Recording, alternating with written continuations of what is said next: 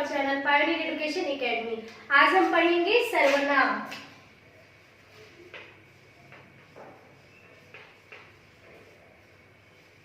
सर्वनाम क्या है?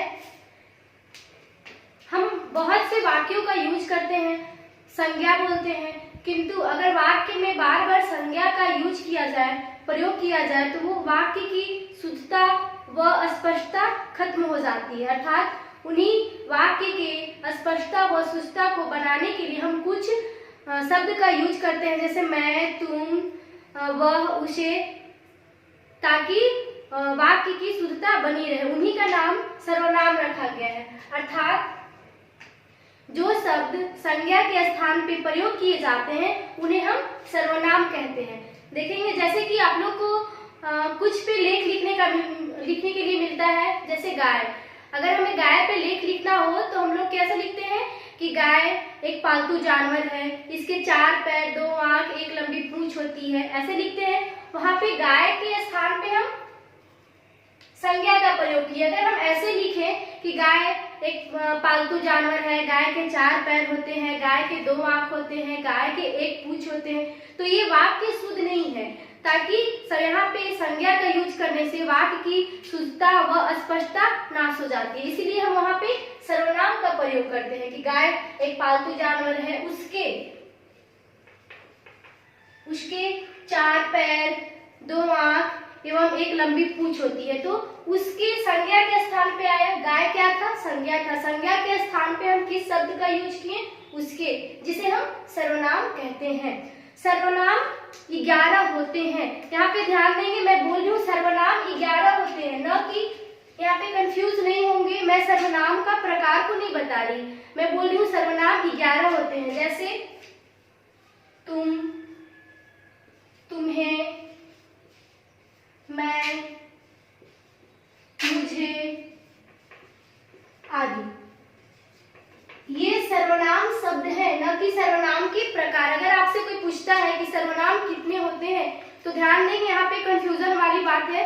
सर्वनाम के प्रकार नहीं पूछे जा रहे, क्या पूछे जा रहे हैं? सर्वनाम कितने होते हैं। तो हम बोलेंगे सर्वनाम 11 होते हैं। तुम, तुम्हें, मैं, मुझे आदि, ये सर्वनाम शब्द हैं। अब हम पढ़ेंगे सर्वनाम के भेद। सर्वनाम के 6 भेद हैं। कौन कौन से? पहला, पुरुषवाचक सर्वनाम।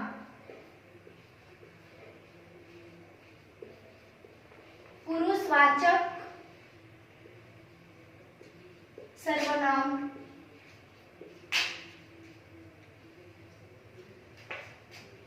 दूसरा, निश्चयवाचक सर्वनाम।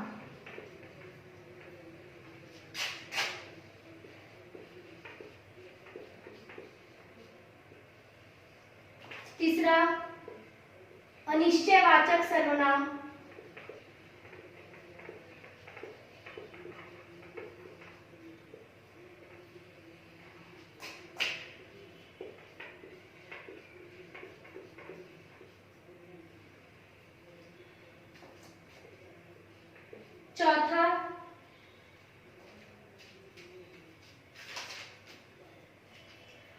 चौथा प्रश्नवाचक सर्वनाम।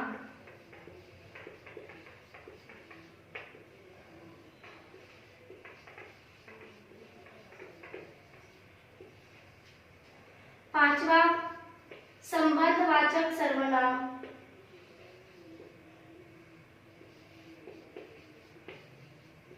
संबंधवाचक।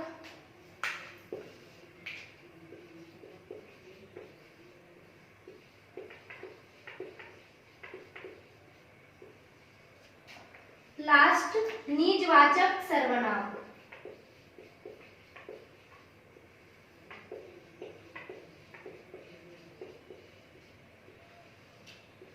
हम लोगों ने देखा सर्वनाम के 6 भेद होते हैं। कौन कौन से? पुरुषवाचक सर्वनाम, निश्चयवाचक सर्वनाम, अनिश्चयवाचक सर्वनाम, प्रश्नवाचक सर्वनाम, संबंधवाचक सर्वनाम तथा निजवाचक सर्वनाम। तो ये 6 सर्वनाम है। एक एक करके हम सभी के बारे में अध्ययन करेंगे। सबसे पहले पढ़ेंगे पुरुषवाचक सर्वनाम। पुरुषवाचक सर्वनाम क्या है? जिन सर्वनाम का प्रयोग वक्ता अपने लिए तथा वक्ता सुनने के लिए या जिसके बारे में बात की जा रही है उसके लिए प्रयोग किए जाते हैं उसे हम पुरुषवाचक सर्वनाम कहते हैं। जैसे क्या बोल रहा है, वक्ता अपने लिए किन सर्वनाम का प्रयोग करेगा? मैं, मुझे, हम तथा सुनने वाले के लिए वक्ता जिसका प्रयोग करता है सर्वनाम का सुनने वाले के लिए, सुनने वाले क्या होगा? तुम, तू, तुम्हें, तथा जिसके बारे में बात किया जाता है, वह, वे, उन्हें। ये जिन सर्वनाम का प्रयोग किया जाता है उसे हम पुरुषवाचक सर्वनाम कहते हैं। पुरुषवाचक सर्वनाम के अंतर्गत 3 और भेद होते हैं। पुरुषवाचक सर्वनाम के 3 भेद होते हैं। कौन कौन से, आइए देखते हैं। पहला उत्तम पुरुष,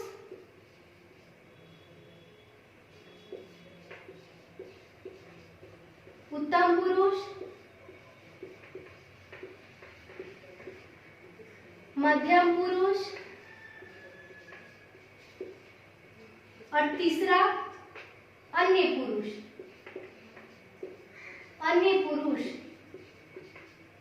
उत्तम पुरुष में क्या होगा? जिन सर्वनाम का प्रयोग वक्ता अपने लिए करता है उसे हम उत्तम पुरुष कहते हैं। इसमें कौन से आएंगे? मैं, मुझे और हम। जब भी कोई अपने लिए वाक्य का यूज करते हैं या किसी भी शब्द का यूज करते हैं, अगर खुद के लिए बोलना हो तो क्या बोलते हैं? मैं बीमार था, मुझे बुखार लगा है। तो जिन शब्द का हम प्रयोग करते हैं ये हो गया उत्तम पुरुष। और मध्यम पुरुष वक्ता जिसके बारे में सुनने वाले के बारे में जो बात की जाती है उसे मध्यम पुरुष कहते हैं। सुनने वाला कौन हो जाएगा? तुम, तुम्हें या आप। ये हो गए मध्यम पुरुष। और अन्य पुरुष अर्थात वक्ता जिसके बारे में बात किया जाता है जो यहाँ पे मौजूद नहीं हो, कोई तीसरा व्यक्ति जिसे हम अन्य पुरुष कहते हैं, उसके लिए कौन सा शब्द का सर्वनाम का यूज करेंगे? वह, वे, उसे। ये हो गए अन्य पुरुष। तो पुरुषवाचक सर्वनाम के 3 भेद होते हैं, उत्तम पुरुष, मध्यम पुरुष और अन्य पुरुष। ये हमारे हो गए पुरुषवाचक सर्वनाम। अब तीसरा पढ़ेंगे निश्चयवाचक सर्वनाम।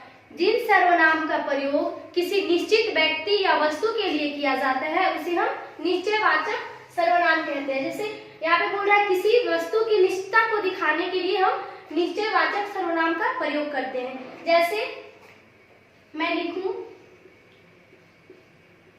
ये पुस्तकें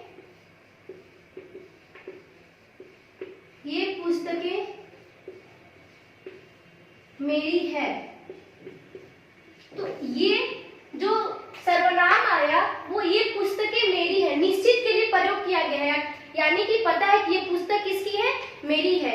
ये किताब मेरी है, ये कलम मेरी है। अर्थात जिसे निश्चित शब्द का प्रयोग करते हैं, सर्वनाम का प्रयोग करते हैं, वो कहलाता है निश्चयवाचक सर्वनाम। जैसे मैं बोलूं कि दरवाजे पे राहुल खड़ा है, तो निश्चित है कि दरवाजे पे कौन है? राहुल है। मैं बोलूं क्लास में शिक्षक पढ़ा रही है, तो निश्चित है कि कौन सा शिक्षक पढ़ा रही है, वहां पे निश्चयवाचक सर्वनाम कहलाएगा। अब तीसरा है हमारा अनिश्चयवाचक सर्वनाम। वे सर्वनाम जो किसी व्यक्ति या वस्तु की अनिश्चितता को दिखाए उसे हम अनिश्चयवाचक सर्वनाम कहेंगे। अर्थात वे शब्द जिसका प्रयोग हम करेंगे अनिश्चितता के लिए, यानी कि हमें पता नहीं है कि कौन है। जैसे मैं बोल रही हूँ दरवाजे पे कोई है,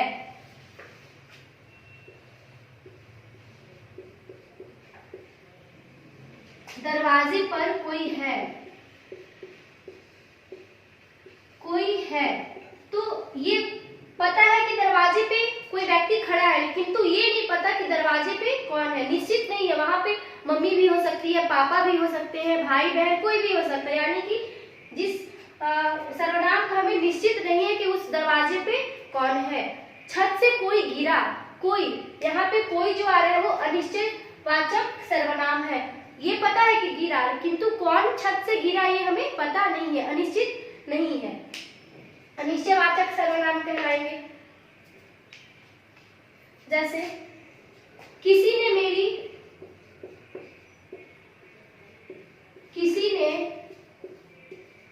मेरी पुस्तक चुरा ली, किसी ने मेरी पुस्तक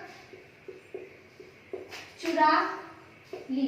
ये पता है कि मेरी पुस्तक चोरी हो गई, किंतु ये नहीं पता कि मेरी पुस्तक किसने चुराई। तो किसी ने जो आएगा ये सर्वनाम अनिश्चयवाचक सर्वनाम है, क्योंकि हमें निश्चित पता नहीं है कि हमारी पुस्तक किसने चुराई। अब हम पढ़ेंगे प्रश्नवाचक सर्वनाम। प्रश्नवाचक सर्वनाम क्या है? इसके शब्द से पता चलता होगा कि प्रश्नवाचक सर्वनाम के अर्थात जिस शब्द से सर्वनाम का प्रयोग प्रश्न पूछने के लिए किया जाता है उसे हम प्रश्नवाचक सर्वनाम कहते हैं। जैसे क्या बोल रहे हैं? प्रश्न पूछने का बोध होता है। तुम कहाँ गए थे? तुम कहाँ गए थे? कहाँ गए थे? ये क्या हो रहा है? प्रश्न पूछने का बोध हो रहा है कि तुम कहाँ गए थे, तुम्हें किसने मारा, तुम्हें किसने मारा। ये प्रश्नवाचक चीज पूछा जा रहा है कि तुम्हें किसने मारा, तुम क्यों रो रहे हो, तुम कैसे हो। तो ये जितने भी वाक्य है इसमें क्या बोध हो रहा है? प्रश्न पूछने का बोध हो रहा है। अर्थात कहाँ, किसने, किस लिए, वहां क्यों जा रहे हो, वहां किस लिए जा रहे हो, वहां क्या काम है। तो जो भी पूछने वाले शब्द आएंगे वो हमारे हो जाएंगे प्रश्नवाचक सर्वनाम। अर्थात इसमें प्रश्न पूछने का बोध होता है, उसे हम प्रश्नवाचक सर्वनाम कहते हैं। पांचवा पढ़ेंगे हम लोग संबंधवाचक सर्वनाम। जो सर्वनाम शब्द में आए संज्ञा या सर्वनाम को आपस में संबंध जोड़ने के लिए जिन सर्वनाम का हम प्रयोग करते हैं उसे हम संबंधवाचक सर्वनाम कहते हैं। अर्थात इसमें दो शब्दों को आपस में जोड़ा जाता है। जैसे मैं बोलूं जो बोवेगा, जो बोवेगा सो काटेगा, काटेगा। यहाँ पे क्या बोला जा रहा है? जो बोवेगा सो काटेगा। तो सो ये दो वाक्यों को जोड़ रहा है। मैं बोलूं कि वह वही औरत है जिसने ये मकान खरीदी, वह वही औरत है, या यह वही औरत है जिसने ये मकान खरीदी। तो यहाँ पे क्या आ रहा है? जिसने क्या आ रहा है? ये दोनों वाक्यों को संज्ञा या सर्वनाम के संबंध को जोड़ता है, दो वाक्यों के संबंध को जोड़ता है। तो यहाँ जोड़ने का कार्य कौन सा कर रहा है? जिसने। अगर मैं बोलूं कि यह वही औरत है ये मकान खरीदी, तो क्या ये वाक्य सही है? इसमें दो वाक्यों को आपस में जोड़ा जा रहा है? नहीं। जब तक हम संबंधवाचक सर्वनाम का प्रयोग नहीं करेंगे तब तक दो वाक्य आपस में नहीं जुड़ते। जैसे मैं बोलूं यह वही औरत है जिसने ये मकान खरीदी, तो जिसने क्या किया है? दो वाक्यों को आपस में जोड़ने का काम किया है। जैसे मैं बोलूं राम ये वही लड़का है, यह वही लड़का है, यह वही लड़का है जो राम का भाई है, यह वही लड़का है जो राम का भाई है, जो राम का भाई है।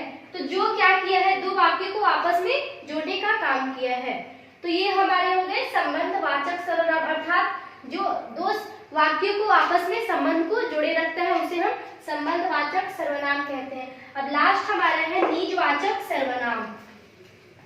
जिन सर्वनाम का प्रयोग जिन सर्वनाम का प्रयोग वक्ता अपने निजता को दिखाने के लिए करता है उसे हम निजवाचक सर्वनाम कहते हैं। जिन सर्वनाम का प्रयोग अपने निजता को प्रकट करने के लिए किया जाता है उसे हम निजवाचक सर्वनाम कहते हैं। निजता यानी कि खुद के लिए, जो भी वाक्य खुद के लिए प्रयोग किए जाते हैं अर्थात अपने काम को प्रकट करने के लिए। मैं यहाँ बोल रही हूँ, मैं खाना स्वयं पकाऊंगी। मैं खाना स्वयं पकाऊंगी।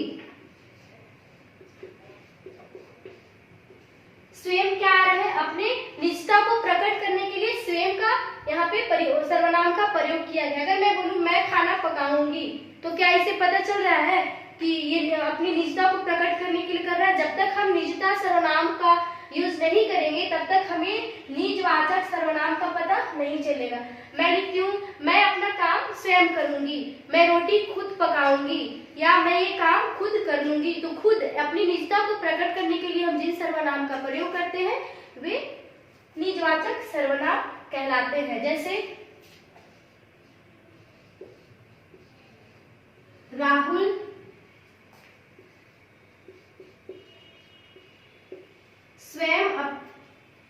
राहुल अपना काम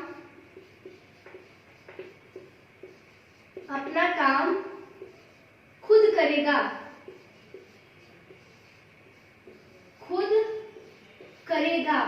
तो राहुल जो है अपनी निजता को कैसे दर्शा रहा है? अपने काम को खुद करेगा। यहाँ पे ये अपनी निजता को, अपने काम को प्रकट कर रहा है किसके द्वारा? राहुल अपना काम खुद करेगा। तो खुद जो ये कौन से सर्वनाम हो गए? निजवाचक सर्वनाम, अर्थात इसमें अपने काम को स्वयं प्रकट किया जाता है। जिस वाक्य के द्वारा प्रकट किया जाता है उसे हम निजवाचक सर्वनाम कहते हैं। तो ये हमारे हुए सर्वनाम के 6 भेद। कौन कौन से? पुरुषवाचक सर्वनाम, निश्चयवाचक सर्वनाम, अनिश्चयवाचक सर्वनाम, प्रश्नवाचक सर्वनाम, संबंधवाचक सर्वनाम और निजवाचक सर्वनाम। और एक एक करके हम लोगों ने सभी के बारे में अध्ययन किया, सभी एग्जाम्पल के थ्रू किया। तो आशा करती हूँ कि आपको अच्छे से समझ में आया होगा। बस आज के लिए इतना ही, फिर कल मिलेंगे नए चैप्टर के साथ, कुछ स्पेशल चीज के साथ। सो आज के लिए थैंक यू।